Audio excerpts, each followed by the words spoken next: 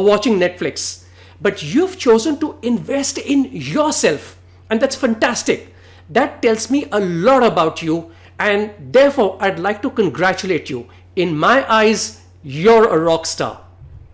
And therefore, I'd like to make a promise to you right at the beginning of this webinar. Stay with me till the end, and I promise you're going to walk away with action-packed proven strategies to help you get your dream job in the shortest time possible. And it is these strategies which have helped a lot of my students get their dream jobs. For example, Alfia. In fact, her husband was watching the webinar. She picked up some strategies, overhearing what he was watching. She used it in her job search and got a new job with an excellent hike in her CDC. Or Mohit. Mohit lost a brilliant offer because of the pandemic and then used the strategies which I'm going to share with you to get a much better offer within 3 weeks. And there are many, many other people like Mohit and Alfia, and I'll speak about them during our time together. Now, you may be wondering, who is this webinar for? Is it for me? And let me share who this webinar is best suited for, and are you one of them? So it's for you if you are searching for a new job. It's for you if you're taking full responsibility of where you are right now in terms of your career, in terms of searching for a job, because unless you take responsibility, unless you take the onus of where you are right now, you will not be able to progress ahead. It's for you if you're open to new ideas, willing to move out of your comfort zone. And above all, it's for you if you are an action taker, because you can attend any webinar, you can sit back and listen to all the new ideas in the world, but they don't mean anything unless you take action on them. So I hope you're an action taker. Now, you may be wondering, who am I and why am I qualified to teach you about job search? As you know, my name is Vikram Anand. I have worked for 28 years in some of the best companies in India like Unilever, Johnson & Johnson, at Nokia during its heydays. I've been the Chief Marketing Officer of Cargill and AkzoNobel, the makers of Dulux paints.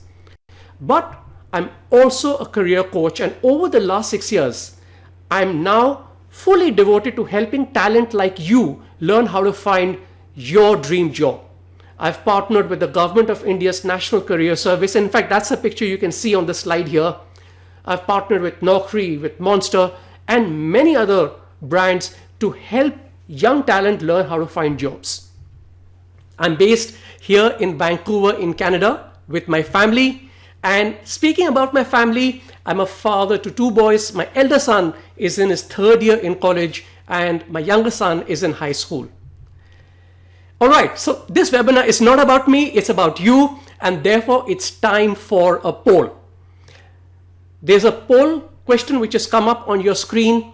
Let me know, how long have you been searching for a job? There are a couple of options there. Click the one that's most applicable to you. And in a couple of seconds, I'll share the results. All right, so the results are out. And I can see that most of you have been searching for more than 3 months. And if that's the case, you're in the right place to maximize your job search success. Now, I'd like to pull back a little bit and share with you the agenda for our time together. What are we going to be discussing today?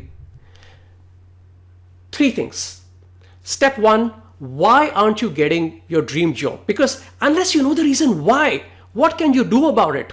Practically nothing. You've got to understand what is coming in the way of getting you the job you so desire. Then we're going to look at the next step. What should you be doing? And finally, how to create a world-class resume. So there are 3 big pillars of success that we will be talking about. And I have a free gift for you. Stay with me till the end of the webinar and you will automatically be emailed my free gift. It's a video recording on job search with one of India's best HR directors. It's yours absolutely free when our system tracks your attendance till the end of the webinar. Now, let's start. So how do most job seekers start their job search? In fact, you may have started this way too. What do they do? Can you guess? Job portals. That's right. And this seems the obvious thing to do, right? There are many jobs on job portals, so let's start there. Now, here's a screenshot of a portal that I was recently visiting a couple of days back. And I found that what people normally do on job portals is apply for jobs and then they sit back, they relax, and they hope and pray for jobs to land on their laps. Does it happen? Of course not. Never. Why? Now, here's a screenshot of a great job on a job portal at Unilever. And just focus on the text which I've highlighted in red. For that one role, can you see how many applicants there are? 3,998 applicants. Almost 4,000 people are applying for one role. And that's not an exception. Here's another example at Marico. For one role, there are 6,359 applicants. And even that is not an exception. A couple of weeks back at Airtel, for the role of a brand manager, there were 10,928 applicants, almost 11,000 applicants. Now ask yourself, what's the chance of getting a good job when you're competing with anywhere between 4,000 and 11,000 applicants, many of whom will be as good, if not better than you? The chances are pretty slim, right? But how slim? Let's put these numbers into perspective. Okay, on your screen now, you can see the acceptance rate, which is the selection rate at some of the best universities in the world, the Ivy League, at Stanford, Columbia, Harvard, Princeton, etc. I've highlighted those percentages in red, and you can see that it fluctuates between 4 to 6%, which means of every 100 people who apply to Stanford or Columbia or Harvard, only about 5 or 6 people make it to those institutions. So keep that number in mind. Okay, let's assume that the average is 5%. Now for that role at Unilever, the chance of making it is 0.03%. Sobering, right? At Marico, your selection chance is 0.015%. And for that role at Airtel as a brand manager, the chance is 0.009%. So can you compare? You have a higher probability of getting into an Ivy League institution like Harvard, Stanford, and Princeton, which has an acceptance rate of 5%, than getting a job through a job portal, getting a good job through a job portal, which is less than 1%. That's why job portals are very, very ineffective. So you may be saying, all right, Vikram, the backup is let's try a recruiter. And that seems like a good idea too. Okay, time for a poll. Let me ask you this question. Have you been to a recruiter for your job search in the last 3 months?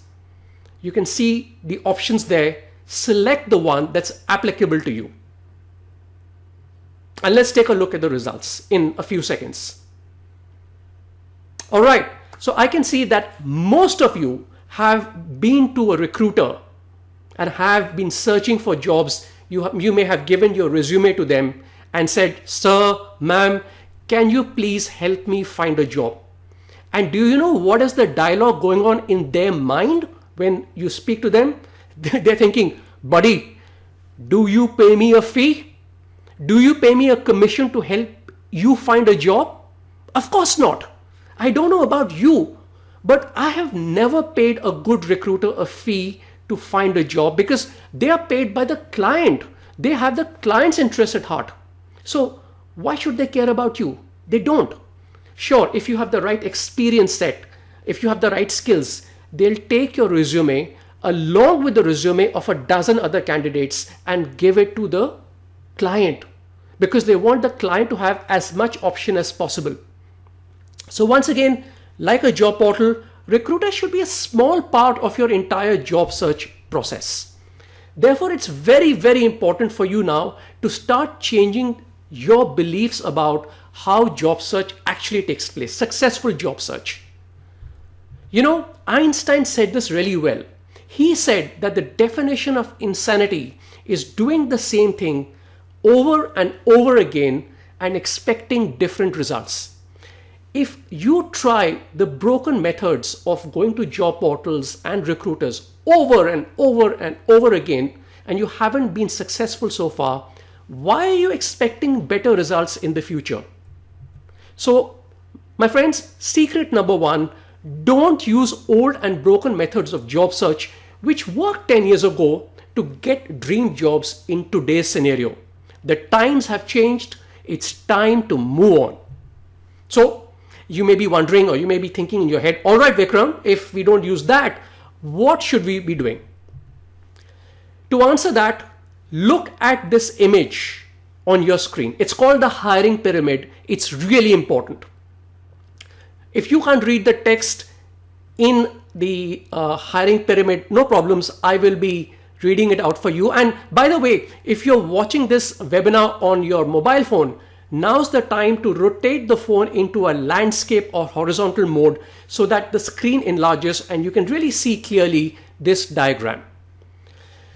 When organizations start hiring, you've got to remember that organizations like you and me are very risk averse. They don't like taking a lot of chance. So what do they do when they have a vacancy? They prefer to fill it up internally first because they know every candidate. They know the candidate's weakness and the strength because the candidate is already working there. It's also an opportunity for the organization to show that they are giving their existing employees a career path. Organizations always start internally to see if there is an internal fit. And it works really well even for the employee because the employee already knows the company culture, the top management. There's a perfect match and it's a win-win for both sides. So far, so good. But if that doesn't work out, then the company goes into the employee referral program. Most organizations, and I'm pretty sure yours too, would have a robust employee referral program. And it goes like this. They go to their existing employees and they say, hey, we have a vacancy. Do you have any friend who could fill it up? This is a win-win for everyone. It's a win for the organization because they know that their existing employees will get somebody like them because birds of a feather flock together. The employee gets a referral commission, and when he gets his friend from outside to join the company, and the friend wins because he gets a inside view about the company, the atmosphere, the company culture, what the top management is about from the existing employee. There's a complete expectation match. Everybody is happy. Now, if that doesn't work out, then the hiring manager, the senior boss in whose department that vacancy exists, he picks up the phone and he speaks to his buddies in the industry and says, I've got this vacancy in my team. Do you know anyone who can fill it? If that doesn't work, that's when organizations recruit an executive search firm or they go to a recruiter to fill up important roles. Now, they don't like doing that because they have to pay a recruiter 15 to 30% of the annual CTC of that person if the recruiter is able to fill up that role. And you can imagine that if a company has maybe half a dozen or a dozen vacancies, that's a lot of money going out as commissions. It's a complete cost. And that's why organizations don't like doing that. And if you don't believe me, listen to what Shalini Pillai is saying. She is the head of HR at KPMG. And in a recent meeting with me, she said, Vikram, my first preference is the employee referral route. It brings like-minded people into the organization. Then we target social media forum. Consultants are my last choice. And she's not alone. S. Vardarajan, the former CHRO of Air Vistara, told me, employee referrals creates a good funnel of leads. Consultants, we don't use too much unless it is for specialized roles. Shalini and Vardarajan are not alone. Most HR directors that I met in preparation for this webinar feel exactly the same. And if that doesn't work, if a recruiter cannot help them, that's when roles go out into the open job market. That's when they really get advertised in job portals. So Organizations and employers start at the bottom of the pyramid and work their way on top. Now, can you guess how do employees start? In fact, don't guess. No prizes for guessing, because they start in exactly the opposite direction. Most job seekers start from job portals, where there's a lot of competition for jobs because everyone is starting from there and the fewest jobs.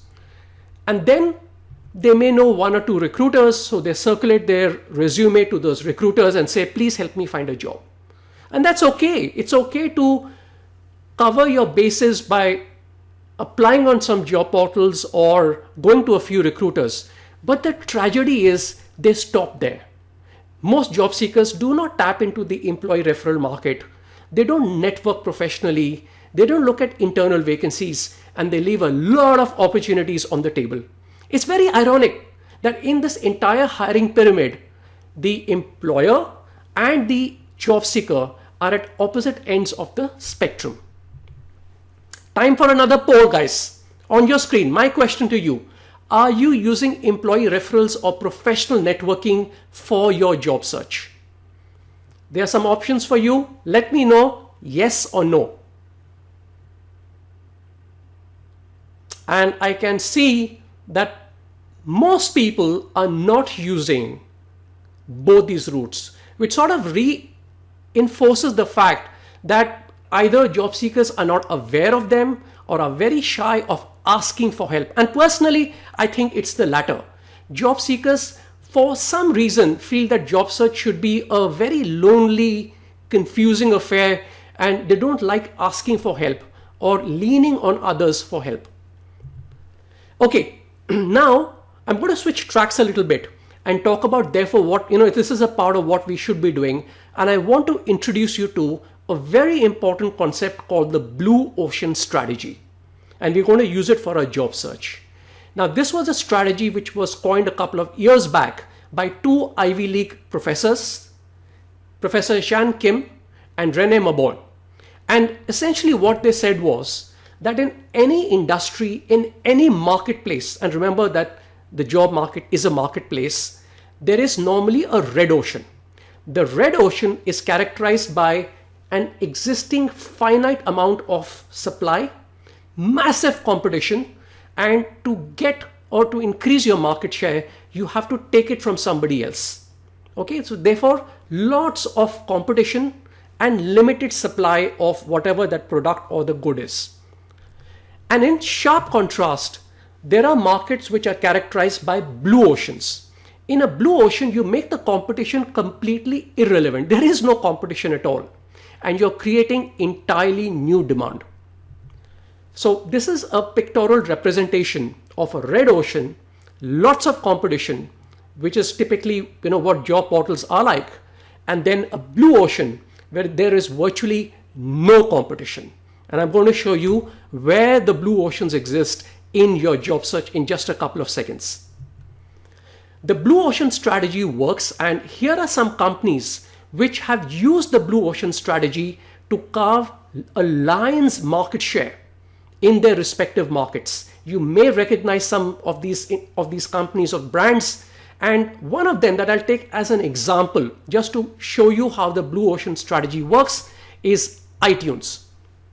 In the early 90s, iTunes did not exist. The music industry was characterized by two phenomena. As a consumer, you and I, when we wanted to listen to songs or tracks of a rock band or a music group or a film, we had to buy the entire album, and either through a tape, a cassette, or a CD. You couldn't buy a single track. And for the music industry, it was a very painful period because people were buying CDs, ripping them, and sharing them illegally with their friends.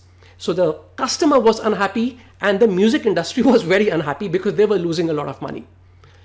In comes Apple. Apple saw this and said, you know what? There's a big opportunity here. They saw a blue ocean. They created an ecosystem called iTunes, and then a hardware called iPods and iPhones. And they collaborated with music companies, and they spoke to the customer, that's you and me, and said, We will create an ecosystem which will allow the consumer to download individual tracks, and we will share the revenue with the music companies, and we will take a commission. They created an entirely new market, which, by the way, the music company should have been doing. They were in that business. But Apple, which had no business to be in the music business, came in, they saw what was happening, they created a blue ocean, and guess what? They moved the entire industry from a red ocean to a blue ocean, and today Apple's iTunes dominates the music downloading world. All the other players are far behind. Apple took a first mover advantage in creating a blue ocean, and there are many such examples which you can search up. But what I wanted to reinforce was that the blue ocean strategy is not theoretical. It works in many markets. I've shared with you one example. It's time now to look at the blue ocean strategy for job search. In the strategy, there is one graphical representation called the strategy canvas. And this is the strategy canvas for your average job seeker. So if you look at the x-axis, you have some metrics there: job portals, recruiters, resume, LinkedIn profile, job interview skills, salary negotiations, and professional networking. That's the x-axis. The y-axis starts from 0 and goes all the way to 5 in terms of the importance that is being given to that specific metric on the x-axis. So typically a normal job seeker would give a pretty high weightage to job portals. So, roughly about 4 out of 5. Would give a high weightage to recruiters. So I've put a 4 out of 5 there too. And also to resumes, because for most job seekers, the resume seems to be the magic silver bullet which will get them the job. They're so obsessed with a resume that they believe that if you have a great resume or a resume template, it'll get you a job. So I've put a 4 out of 5 score there too. And then most job seekers don't pay too much attention to your LinkedIn profile, to other skills, and to professional networking. So this is typically, the score starts going down from the 4s all the way down to a 1. So this is the blue line of a normal job seeker. But you, my friend, are going to be different, because your strategy canvas line is going to be the green line, which is entirely different. We're going to start by not placing too much of importance on job portals and recruiters. They will be there, but a very small part. A much larger emphasis on resume, but a strategic resume. And I'm going to be talking about that in a minute. More importance on your LinkedIn profile, because your LinkedIn profile is seen before somebody asks you for your resume. And maximum importance on professional networking, because the real action takes place there. When 99% of the job market follows the blue line and you follow the green line, you will tap into the hidden job market where the best jobs exist. Now it's time for us to spend on this job search funnel. And it's a very important diagram, like the hiring pyramid that you just saw. And if you can't really read what's in those orange boxes, don't bother about it, because I will be reading it out for you. Most job seekers, when they start searching for a job, focus on the blue dots in the funnel, job opportunities. And because they are focusing there, which you can see in the blue highlighted box, they don't get them because they're focusing on jobs. You are going to be different. I'd like you to focus on the top end of the funnel, leads. Now, what kind of leads? I'm going to explain that. But focus on getting as many leads at the top end of the funnel, and the bottom end of the funnel will take care of itself. The leads I'm talking about are a combination of 3 things. You're going to be focusing on targeting the right companies. We're going to be focusing on targeting TAMs, or talent acquisition managers, not HR, but talent acquisition managers. And then we're going to be focusing on targeting your alumni, not academic alumni, but people who have worked with you in the past in either your existing company or a previous company. So let's start first with your targeted companies. So remember, I'm just going to go back one slide. We are focusing on the top end of the funnel. We are focusing on getting the right leads here. And this is step one. Let's target the right companies.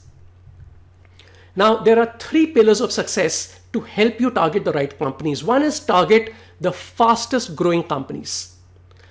The hypothesis behind that is that companies which are growing really, really fast are going to hire more people because they need people to fuel that growth, versus companies which have plateaued or are degrowing.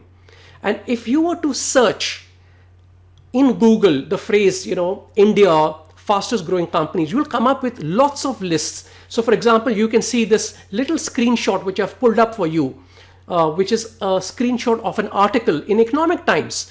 India's growth champions ranks nation's fastest growing companies. And it's a very exhaustive list of the fastest growing companies. And you'll recognize a lot of names there. So make a list of the fastest growing companies, and from there pick up maybe about 10 companies that you want to work at. Don't worry about whether there is a job there or not. We're going to get to that later. But right now you should focus on which are the companies that you want to work at. Next, let's look at some of the best places to work.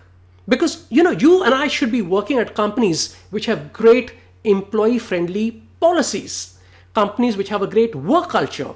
And once again, there are many lists on the net which will help you identify some of the best companies to work at. And I've pulled out a screenshot for you. You can see top 50 companies, top 50 small companies, startups. So there are lots of lists which you can pull up in helping you identify companies you want to work at, which are some of the best places to work.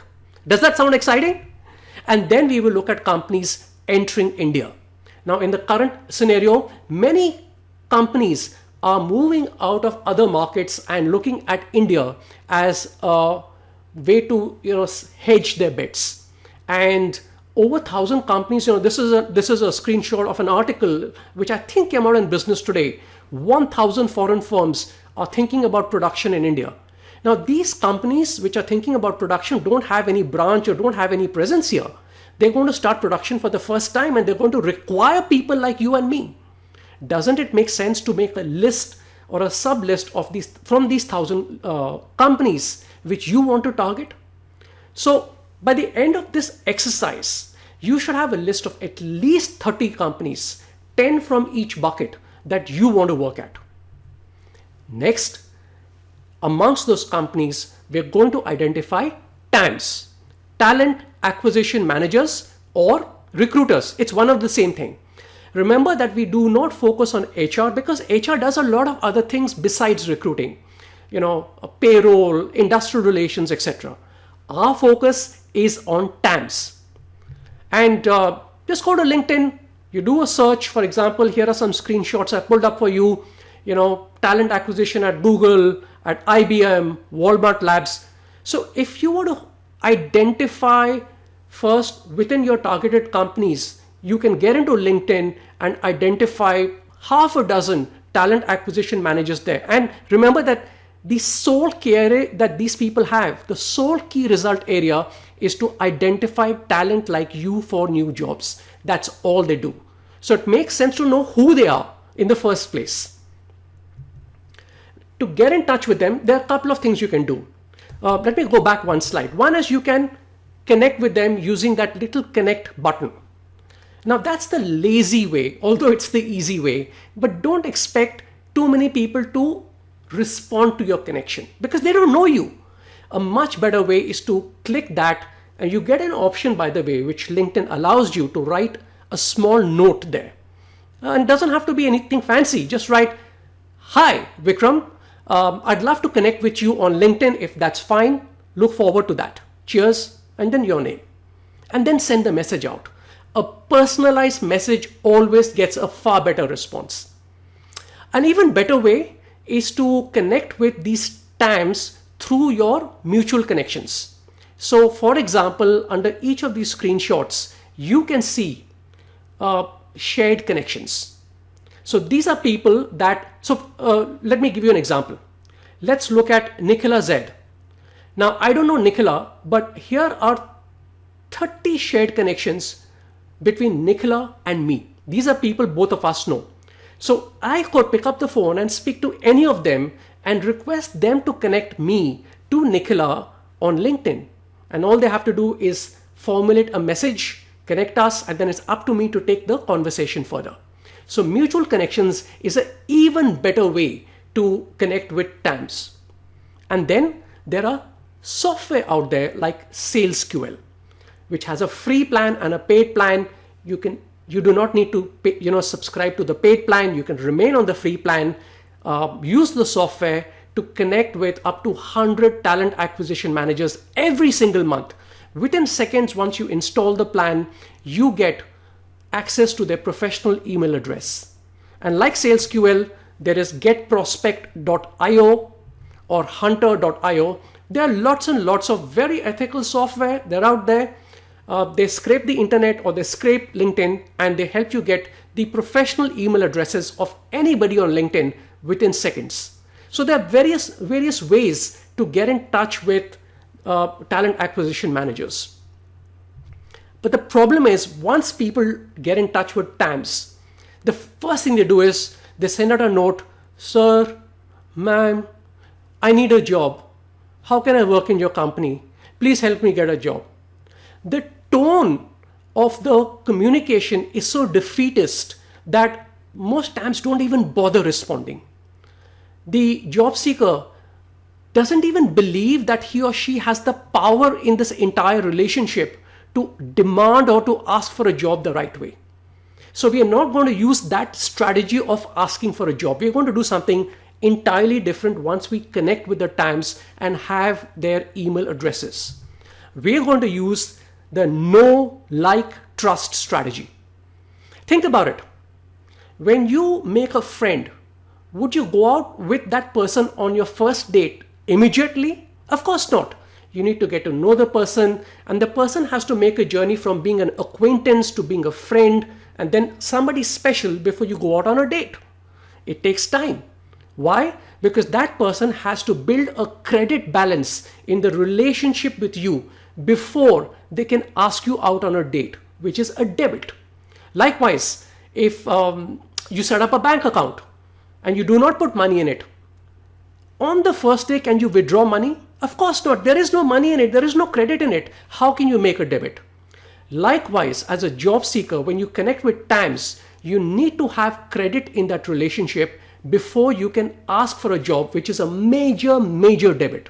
So now our strategy is to create that credit in that relationship with the TAM, and we're going to do that through the know, like, trust strategy. Here's how it works. Stage 1. In the first 6 to 8 weeks, when you have got their email address or you have connected with them on LinkedIn, you're going to send them very high quality content once a week. Just once a week.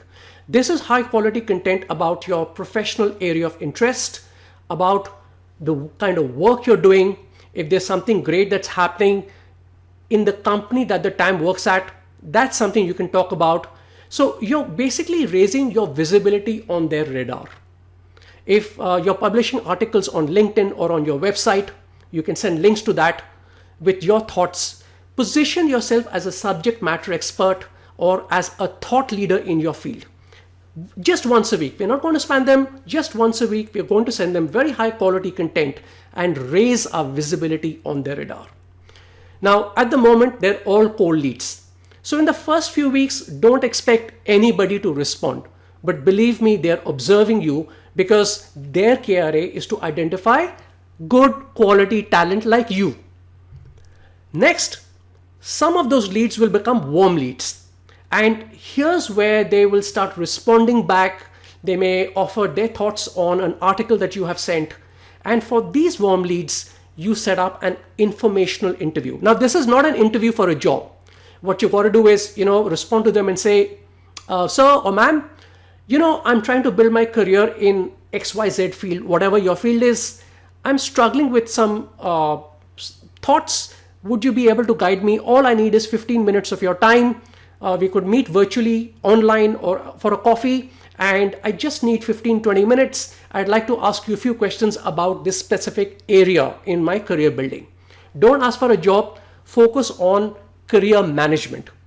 Now, the TAMs also know what you're doing. You're raising your visibility on the radar and you're getting to put a face to a name. So far, they've only got emails from you. Now you're either getting online with them virtually or you're meeting them. That's a huge step forward. And you're not going to ask them for a job. You're just going to talk about what's it like to build a career in whichever field you are working in.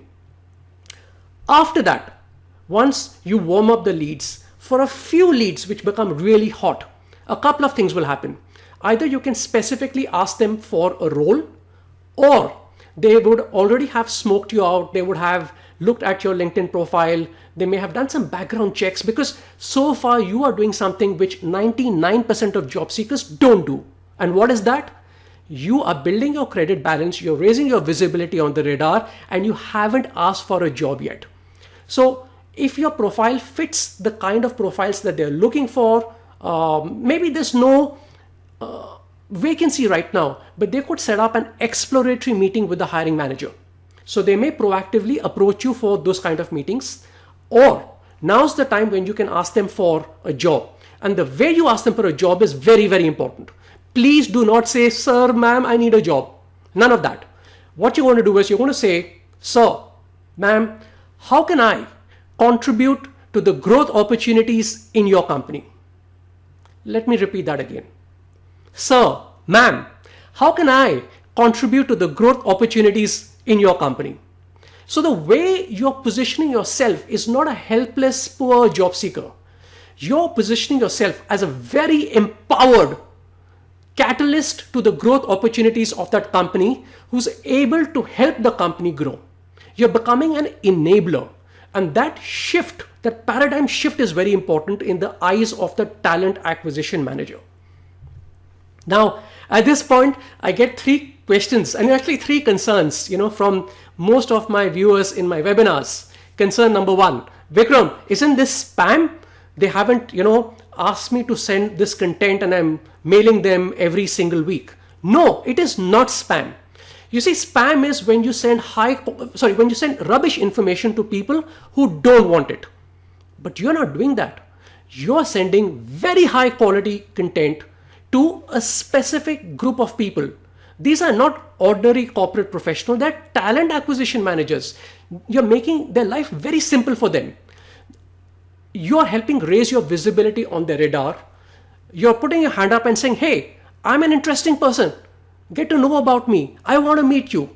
So it's not spam at all, because the quality of your content is great and you're only sending them emails to their professional email address, not their personal email address. The second concern is, why will they connect with us? Why will they not? Fact of the matter is, you have raised your visibility on the radar. You have made their life so much easier. You're sending content which is relevant for that company to grow. Of course they will connect with you. And the third concern is, Vikram, what do I write? You're talking about writing to them once every week for 6 to 8 weeks. Hold on to that, because I will show you exactly what you need to write a couple of slides down. And then we move from talent acquisition managers to your professional alumni. These are people, let me explain the definition here. These are people who have worked with you in the past and have moved on to your targeted company. So what we're looking for are specific people who firstly are in the orange circle. They are already working in your targeted company. Next, these people need to also be in the blue circle. They need to have worked in either your past companies or where you are currently working. And preferably, they should also be in the red circle, that they should be in your physical location. Look, the psychology, and there's some psychology here. These people are very likely to help you because there is a shared past. You have worked at the same companies at maybe the same or different periods of time. That doesn't matter. But there is a shared past. And when there is a shared past, people are likely to help you. So I did a little, demo here, and I said, let me assume that I'm currently working at Microsoft and I want to move to Google. How many people have worked at Microsoft in the past, are now working at Google and are based in India? And as you can see, let me show you here, 60 results. There are 60 such people who can help me if I am currently working in Microsoft and have a desire to move to Google. These people can tell me about internal vacancies even before they get advertised. They can take my resume if they want to and send it to the right talent acquisition manager. They can do a lot to help me. Let's refine this even more from 60. Let's assume that I am based in Bangalore. Now here I've look at the search criteria, the green little buttons. Currently working in Google, worked at Microsoft, based in Bangalore. There are 20 results. Now these are 20 people I can meet if I'm based in Bangalore. I can have a cup of coffee with them. I can share my career aspirations. I can find out what's it like to work in Google in the Bangalore location. Can you see how valuable this group is? So it's very important to tap into even this group of people because they can throw up opportunities that are in the hidden job market. So my friends, the second secret that I'd like you to burn in your minds is professional online networking to get jobs is very, very powerful, very effective when you know how to do it the right way.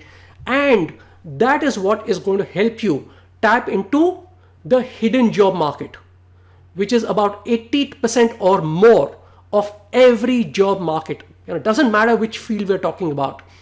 The job market in any field is like an iceberg.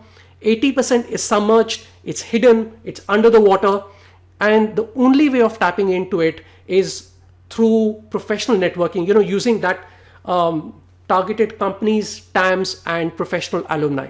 Now you've got the strategies and the weapons and the tactics to be able to do that yourself.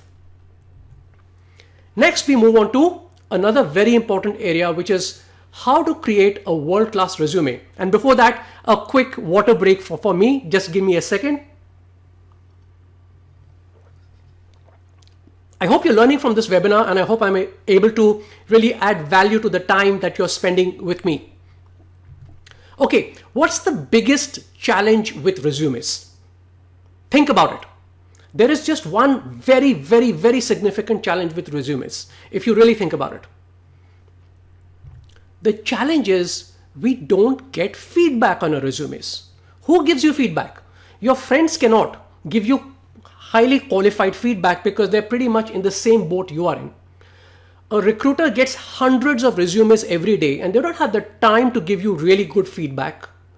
If you go to a resume writer, they will never give you feedback because they want your money in exchange for writing one resume template. So you never get feedback on how good, bad, or ugly your resume is. And if you don't have feedback, how are you going to improve it? So today, I am going to share with you some feedback which I'd like you to incorporate in your resume. We're going to look at some myths. A myth is a false belief. And then I'll juxtapose it with reality.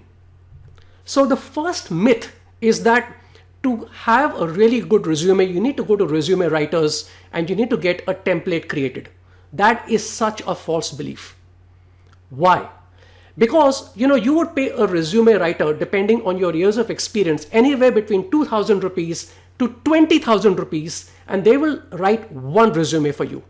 And then of course, since you want a return on investment, you're going to take that resume and you're going to use it for all the jobs you apply for, and it's going to fail. Because the reality is you need a customized resume for every single job you apply for. It needs to be customized to the job description that is there for that role. And this is something that most people either don't know or they don't take the troubles of creating a customized resume. Now, you could be groaning and saying, what, Vikram? If I'm applying for 4 jobs, I need 4 resumes? Yes, you do. Because if the jobs are really good at great companies, the JDs will be very well formed. The JDs will have a lot of keywords. And it's important that your resume is customized and talks to that JD. Now, all the 4 resumes will not be dramatically different. There will be a lot of overlap. They will be just slightly different, and the difference comes in keywords, which I'll talk about shortly. The second myth is that the resume is made for the human reader. And that's partly true, but partly incorrect. And here, of course, the human reader is either the recruiter or the HR executive or the hiring manager. That's only half of the story. The reality is your resume is made for two different stakeholders. First is the ATS, the applicant tracking software, and then the human reader. Unless your resume is selected by the ATS, a human reader will not even receive it. Do you remember right at the beginning of the webinar, we learned about 4,000 to 12,000 applicants for a single role? Is it even physically possible for a human to go through 12,000 applications? Of course not. Nobody does. A person or a human will only go through maybe 50 or 60 applicants. But the rest go through the ATS, the applicant tracking software. And the applicant tracking software is a software which will scan your resume, match it with the JD, look for a good match in terms of keywords, and only then will shortlist it. And because people don't use customized resumes and use a one-size-fits-all template, most resumes take a one-way trip into the dustbin. And very few resumes get shortlisted. So you have to take extra effort and customize your resume for every single job. And there is a lot of free software which can help you do that. The next myth is that a resume is all about your professional history. What I did here, what I did there, how many years back, it's all about your professional history. It's a myth. Nobody cares about what you have done. Let me repeat that. I'm sorry to burst your bubble. Nobody cares about what you have done. The reality is the reader, the hiring manager is trying to figure out what's in it for them. WIIFM, what's in it for me? If I'm reading your resume, yes, your resume right now, I want to know how can you help me? When I say me, I'm talking about the organization. So in the entire hiring process, please stop thinking about the hiring process only from your perspective. You have to think about it from the perspective of the hiring organization. They're only interested in what's in it for me, which means that instead of thinking about your professional history, you've got to talk about your valuable transferable skills in your resume, because that's what's in it for them. They don't really care about where you worked 5 years back. What they care about is what are the skills you got at that job which they can now use in the current company. So focus on valuable, transferable skills. The next myth, and this is all pervasive. People focus on their responsibilities as if it's some kind of medal that they've got. I was responsible for channel acquisition. I was responsible for managing a depot. I was responsible for supply chain. Big deal. Nobody cares. What people care about is what was the outcome of that. If you are responsible for managing cost control in a company, how much cost did you save? If you are responsible for sales in a particular zone, what was the delta in the sales that you achieved? Focus on output. Output, output, output. Your resume must be very output focused. And this is actually so important. I'm going to share an example. Now, the wrong way of writing a responsibility is this: responsible for client acquisitions. Like I've said, nobody cares. Okay, you were responsible for it. What came out of that? So a much better way is to say, I led a team to acquire 3 clients in 6 months using Salesforce. As you can see here, there are numbers here. You've got 3 clients, that's an output in a very tight time frame of 6 months. It's very measurable. It is stuff like this which makes the reader sit up and read your resume. But an even better way of writing it would be to expand on that same line. Led a team to acquire 3 clients in 6 months who contribute to 5% of revenue. When you, irrespective of your field, loop back everything into financial metrics, people really know that you understand how a business is run. Because nobody is hiring you for your skills. They are hiring you to increase the profitability of that organization. And if you can show proactively how your skills can lead to either a reduction in cost or an increase in revenue, you have immediately separated your resume from the rest of the pack. So, secret number 3, please start reimagining your resume as a marketing brochure which has to sell you rather than a boring fuddy-duddy 5-page document. It's not a PDF document, it's not a Word document in itself. It's a very crisp, scintillating marketing brochure which has to sell you in less than 8 seconds to the reader, because the first time your resume is scanned by a human, it's scanned in between 5 to 8 seconds. It has to sell you. That humble 1-pager or 2-pager has to sell you to that person. So see that document as a marketing brochure, and once you reimagine that, everything that you put in your resume will start changing and your resume will start shining. So let's look at what we have learned so far. We have looked at, firstly, why aren't you getting your dream job? And that's predominantly because you may be focusing on job portals and recruiters. Then we looked at what to do, which is how to tap into the hidden job market through the blue ocean strategy, contacting TAMs and contacting targeted companies proactively. And then we looked at how to change our mindset regarding resumes and to make a resume truly world-class by breaking through some myths and replacing them with reality. But the game is not over yet, because I still want to teach you how to create a top-notch LinkedIn profile. You know, your LinkedIn profile is going to be seen even before somebody asks you for your resume. I want to teach you how to build your personal brand. If you are in junior or middle management, you need a personal brand. You need to be seen as a subject matter expert, as a thought leader to get a good job. And if you have a personal brand, jobs will chase you. You will not have to chase jobs. I want to teach you how to face job interviews. The rubber meets the road when you actually are in the interview room. Everything else before that was preparation for that particular moment. So I want to teach you how to ace job interviews. I want to teach you how to negotiate your salary, because organizations will always try to pay you the least they can to hire you, and it should be your goal to get the maximum you can so that you increase your net worth and your standard of living. I want to teach you how to get much faster promotions.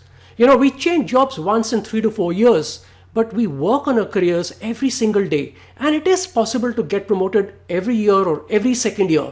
And obviously every time you get promoted, you get a salary hike. So there is a lot more that I want to teach you, and so far we've just scratched the surface. Maybe we've covered 15%. But if I was to spend time on this webinar to cover everything else, you and I would be here for the next 6 hours. And I know that you have a life, you need to be elsewhere, you need to be doing other things. So now you have 2 choices, and the choice will be exclusively yours. I'll leave it to you. Choice number 1 is you can brush your hands off and exit. You can say, okay, I've learned new things. It's opened up some windows in my mind.